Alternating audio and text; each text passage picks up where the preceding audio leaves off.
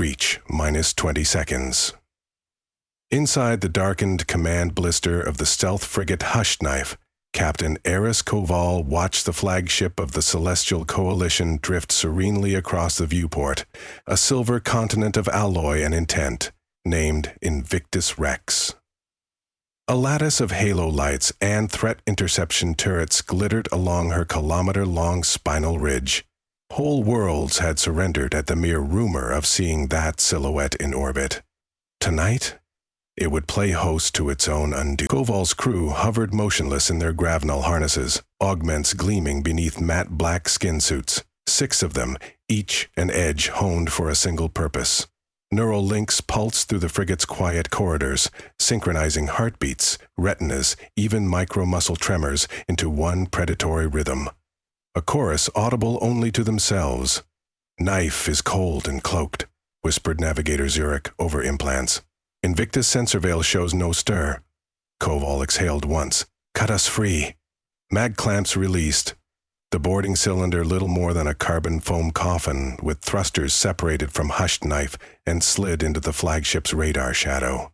Ion scrubbers bled their trace to nothing. Inside, the 6 drifted in darkness, listening to the slow count of their captain. 19. 18.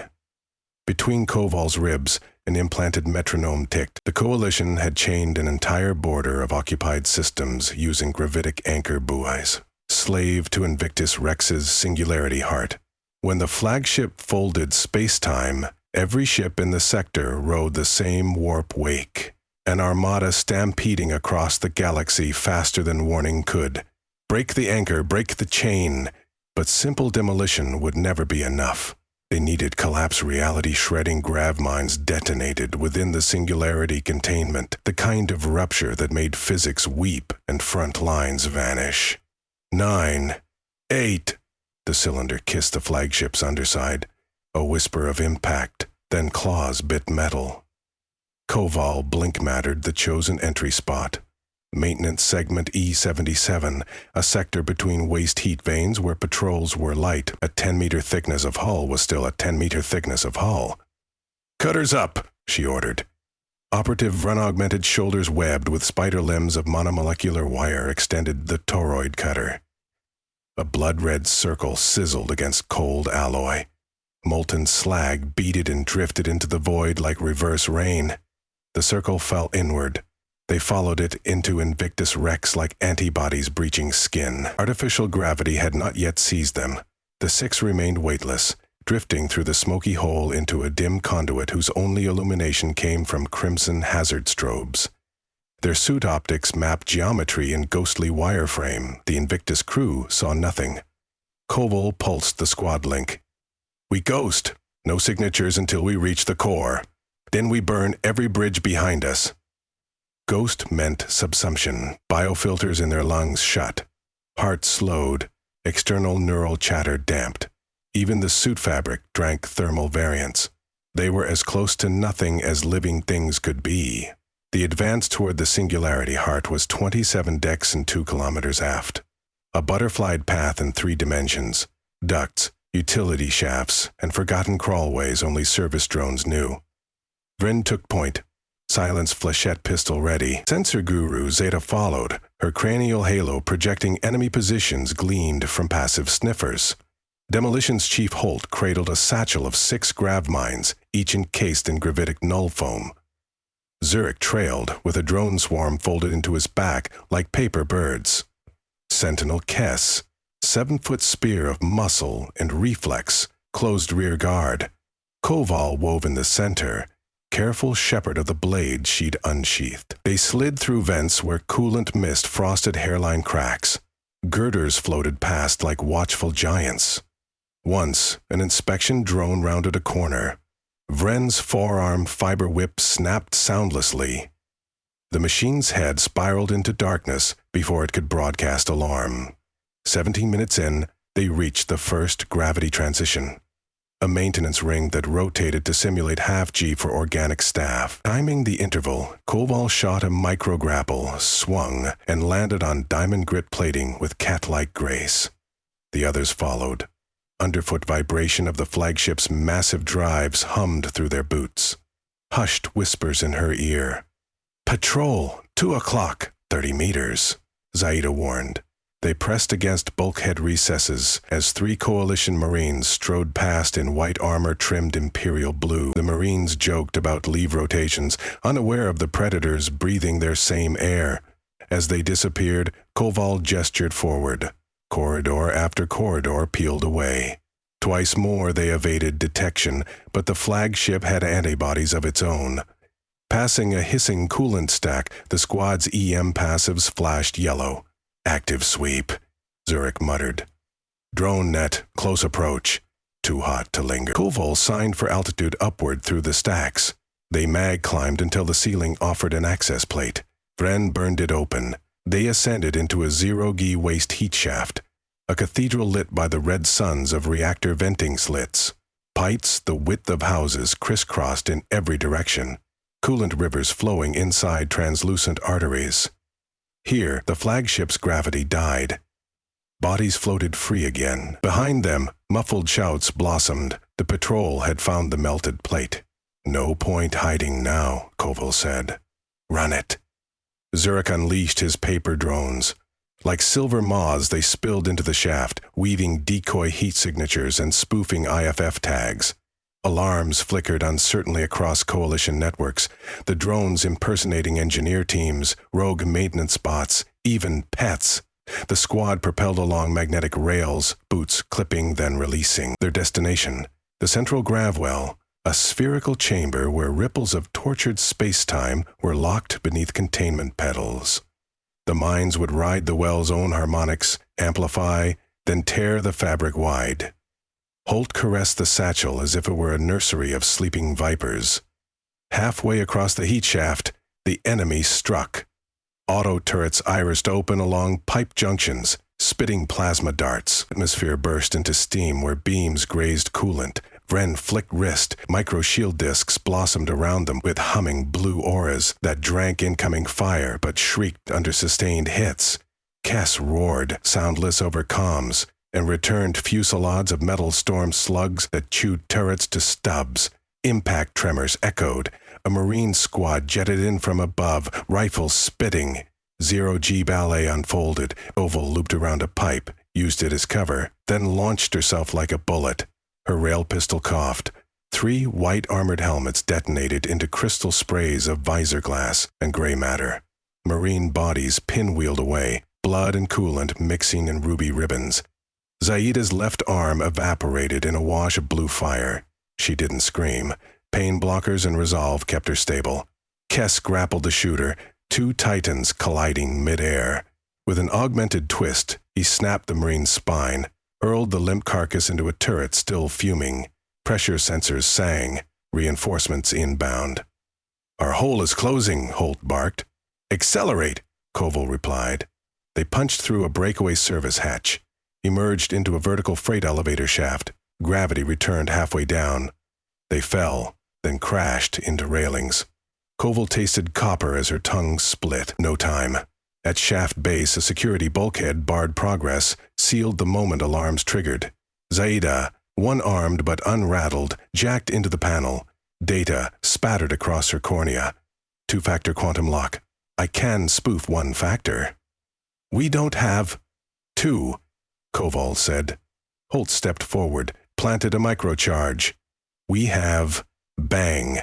The charge flared, bulkhead flowered outward, and the squad stepped through fire and void into the spinal corridor of Invictus Rex. This was no maintenance artery. It was ceremonial. Statues of past admirals floated in niches.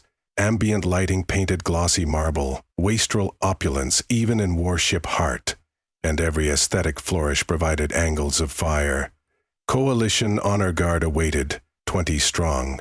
Exo frames trimmed gold. Their squad leader's helm etched with comet trail. Behind them, gravitic shear fields shimmered, denying easy passage. Koval's team landed in crouch. "Stand down, pirate filth," the guard captain's voice thundered over broadband. "Your ship is compromised. Power down augments and you may survive interrogation." No forfeit option existed. Koval triggered squad link full burst. Cut the line. Kess threw a singularity grenade. Micro-paquet micro-birthed, drank light, matter, screams. Guards scrambled away, but 6 were spat into oblivion. Others opened with arc lances that sliced marble into dust swirls.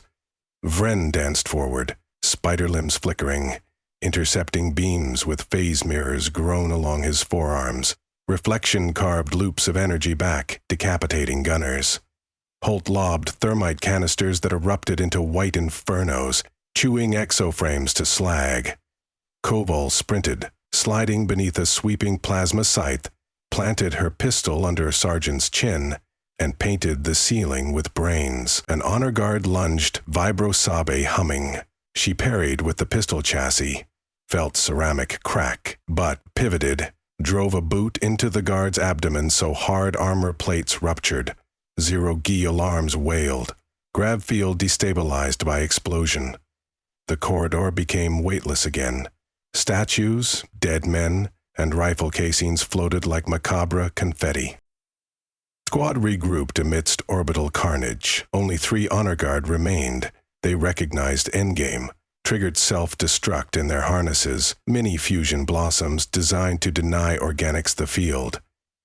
Vren shot 2 detonators off wrists before activation. The 3rd succeeded. A violet sun blossomed, overpressure slamming Koval's squad back. Hull plating glowed cherry, flexed but held. Radiation sirens cried. All right, sirens. Zaida's vitals dipped. Her torso was peppered with shrapnel, skin like molten glass. She fixed Koval with calm, mechanical eyes. Still walking, Skipper. Just help me aim. Koval gripped her shoulder, half humanity, half carbon fiber. Keep heartbeat long enough to see starlight bend. Past the wrecked corridor lay the sanctum, a cylindrical lift descending directly into the grav well. Security locks engaged but were failing amid electrical chaos. Koval overrode with a stolen officer chip pried from the guard captain's severed hand. The lift doors hissed.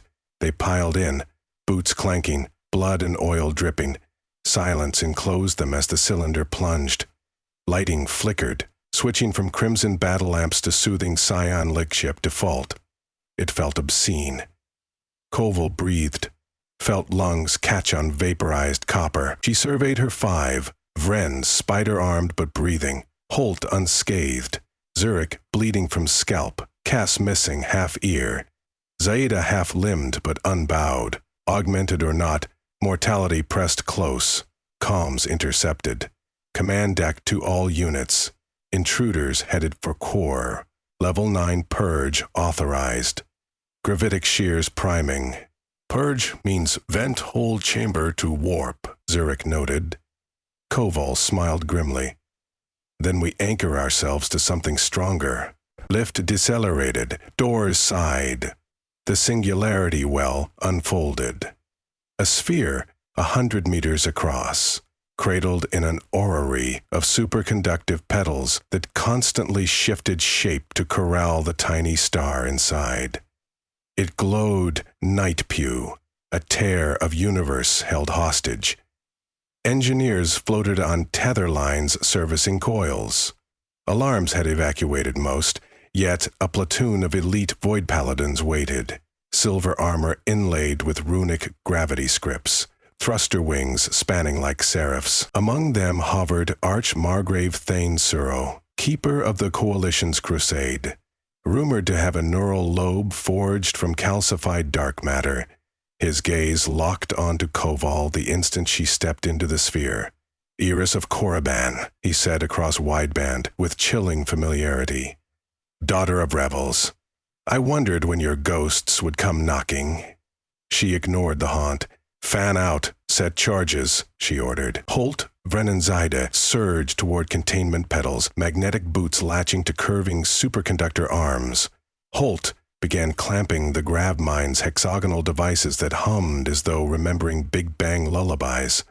Kess and Zurich raised weapons, forming shield wall at the lift mouth. Plasma fire erupted from paladins. Ence's forearm shield rods deployed, awarding him a luminous violet kite that absorbed pulses, then released energy back through veins of his bones. He punched the air, sending concussive shockwaves. Zero-G duels ignited across the sphere. Vren tangled two paladins mid-air, spider limbs filleting joints where armor met flesh. Holt worked with Surgeon Calm, placing Mine 3. Zaida, typing with one hand, rewrote containment field telemetry so the mine's gravitational signature blended with routine fluctuations. Suro advanced, gravity halo blooming around him. Space folded as he strode. Every step bent lines like ink on water. He fired singularity lances, thin rods of collapsed mass that carved miniature event horizons through air. One skimmed Koval's cheek, slicing flesh to bone without touch. Blood droplets orbited her head like rubies. She kicked from the lift frame, drew twin grav knives, blades that inverted local mass for milliseconds, letting them pass through anything solid and scramble atomic bonds. Suro answered with a staff of braided quantanium, each flourish rippling blue shockwaves. They met at the sphere's center, where light from the cage star ghosted across their faces. Koval slashed. Suro parried, staff leaving white scars in reality. A second slash, feint, reverse. Blade touched armor, but his magnetic field repelled. He countered, staff end smashing into her ribs, fractures spiking pain across sensors. She tasted blood again. Around them, battles blurred. Kess grappled two paladins, thrusting them into each other so hard their helmets fused. Zurich's drone swarm erupted as shredding enemies in clouds of molten shards, but a volley caught him center mass. He drifted, lifeline broken, smile serene as arteries vented. Zaida planted Mine 4, voice ragged. 2 more. Holt responded, 5 ready. An arc bolt speared through his thigh. He knelt, roared, punched confirm code. Suro spoke softly. Did you think destroying this war machine would matter? The coalition is idea, faith. Cut ahead, more will rise. Koval's ribs screamed with each breath. She pivoted, used pain to find rhythm. Faith has mass, she hissed. And mass obeys gravity. She thumbed grav knife to overload, stabbed forward. Suro blocked, but the overloaded blade detonated in a bloom of inverted space, ripping his staff apart, peeling half his breastplate. Shockwave threw Koval away into a tumble. As she righted, she saw Suro float amid flashing warning glyphs scrolling across his helm. Damage he'd never suffered before. Rage lit his gaze. He raised a palm. Invisible fingers clutched at Koval's heart-localized gravity pinch. Lungs collapsed. Vision blackened. She heard nothing but the slow tick of her internal metronome. Then Holt's shout. Charges set! 5 mines glowed ominous around the sphere. The 6th Zaida clutched it, using teeth to pull the priming tab. She jetted toward the core's equator, but a paladin skewered her through chest. Her remaining arm closed around the enemy, dragging him along, and she slammed the mine to the pedal. With dying breath, she pinged arming code. Green lights on Koval's HUD. All mines armed. 10-second burn. Suro recognized disaster. He rocketed for the containment console, intent to jettison the core from the ship. Kess intercepted, colliding head-on. Bones shattered, both spiraled into a support strut. Suro ripped free, but second cost him. Koval gasped, regained focus. She activated squad channel. All units extract. Holt, bleeding, nodded. Vren retrieved Zurich's corpse, firing thrusters toward emergency conduit. Kess tried to follow, but suit alarms flatlined. His spine was broken, legs limp. He pushed off, but path drifted. Koval darted, caught his hand, yanked him into motion. 6 seconds. 5. Every surviving operative dove into a maintenance funnel. That left Suro alone with the cage star and 6 reality shredders blinking doom. He keyed Purge Override. The flagship's fail-safes resisted. Zaida's sabotage looped error codes that laughed in logic. Time expired. The mines ignited. Imagine gravity not as a gentle curvature, but as claws ripping bedrock of existence. The singularity's smooth event horizon spiked outward, fracturing into 6 overlapping wells, each competing to be bottom. Space screamed. Light became knives. Metal curled like leaves in fire. The shockwave ate petals, chamber, flagship, hull, then leapt to every anchor buoy slave to the core. Hushed Knife, still lurking in stealth orbit, detected the rupture a heartbeat early. Its AI, obedient to worst-case protocols, flung the ship into partial slip space. Even so, bulkheads groaned as new tidal forces tried to fold the vessel like paper. Invictus Rex did not fare so well. Exterior cameras on Hushed Knife caught the sight. A mile-long warcraft twisted into Mobius impossibility, then atomized into ultraviolet fury. Nearby cruisers tethered to the grav web convulsed, shattered, or were sucked wholesale through newborn rifts that burrowed across the void, linking ship to ship in an apocalyptic daisy chain. The entire coalition front line, over 200 vessels, staggered as anchors tore them physically toward a central point that no longer obeyed physics. Seconds became eternities. Then silence, broken only by wreckage pinging against itself. Where once hung a conquering fleet, there now howled a wound in space, edges frosted with quantum lightning. Inside Hushed Knife's infirmary module, dim emergency lights flickered. Koval lay on acceleration couch, chest bound by nanoweave. Holt sat nearby, leg stump cauterized. Vren knelt in sutra posture over Zirich's inert frame, re-injecting memory engrams for archival. Kess floated in medgel sarcophagus, spine reconstruction underway. 8 hands had entered Invictus Rex, 4.5 returned. Koval stared through cracked visor at the runes beyond. The flagship's absence felt like the sudden missing beat of a tyrant drumline. In the stillness, she could almost hear galaxies breathe easier. The intercom crackled with the AI's calm voice. Multiple coalition formations collapsing along sector edge. Chain command disrupted. Probability of enemy retreat, 92%. Holt chuckled through pain. We just stole a sector with 6 boxes of angry math. Koval managed a smile that hurt her stitched cheek. Not theft. Reclamation. She tapped the glass of Kess's tank, whispered thanks to every ghost now orbiting that wound. Vren rose, joined her at the viewport. Together they watched stars slide back into proper alignment as the local gravity well stabilized. Somewhere amid shattered hulls, Thane Suro might still linger, caught in time-dilated drift. A reminder that faith did indeed have mass, and tonight, mass belonged to the resistance. Koval breathed, heart sinking to metronome's steady pulse. One front line shattered, many more awaited.